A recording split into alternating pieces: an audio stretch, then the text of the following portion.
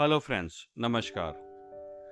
अब जो मैं जिस केस स्टडी की हम इसमें बात करेंगे, तो उसमें जो हमारे क्लाइंट थे, वो एक घर में रह रहे थे और वो हमारे पास उन्होंने अप्रोच किया था कि इस घर को बेचकर वो एक नया घर खरीदना चाहते हैं। क्योंकि वो हमारे काफ़ी क्लोज थे, उनके पेरेंट्स भी हमारे नोन थे, तो हमने ये सजेशन दिया कि जो नई इन्वेस्टमेंट्स आ रही हैं, आप उसमें इन्वेस्ट करें, जिसमें पेमेंट आराम से होगा।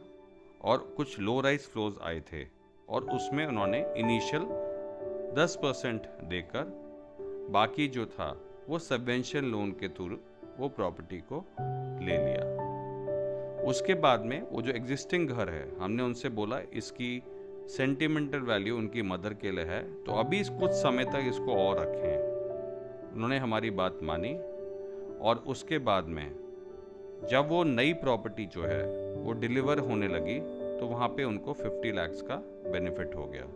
जो ओरिजिनल वैल्यू नई प्रॉपर्टी की थी वो 1 CR थी। उन्होंने करीबन 10 लाख रुपए दिए थे अप फ्रंट, बाकी सबवेंशन लोन हो गया था और उनको 50 लाख का गेन हो गया।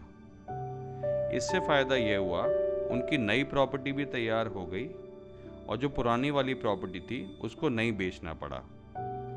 उनके घर में 2 अर्निंग मेंबर्स थे और दोनों की इनकम मिला के करीबन 2 लाख रुपए उनको पर मंथ की एक इनकम आती थी।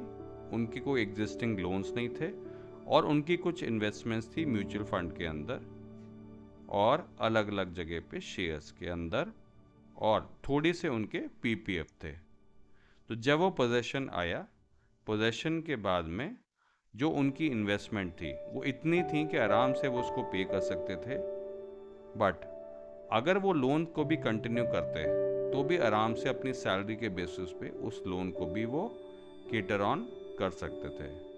तो ये मैंने आपको बताने की कोशिश करी कि उन्होंने एक ready to move in property नहीं खरीदी और एक new property, better location, good project, जिसके अंदर ऑफिस भी हो, आपका घर भी बन जाए, आपको छत भी मिल जाए, इस तरह की इन्वेस्टमेंट करी और उनकी लाइफ में एक टर्न अराउंड आ गया।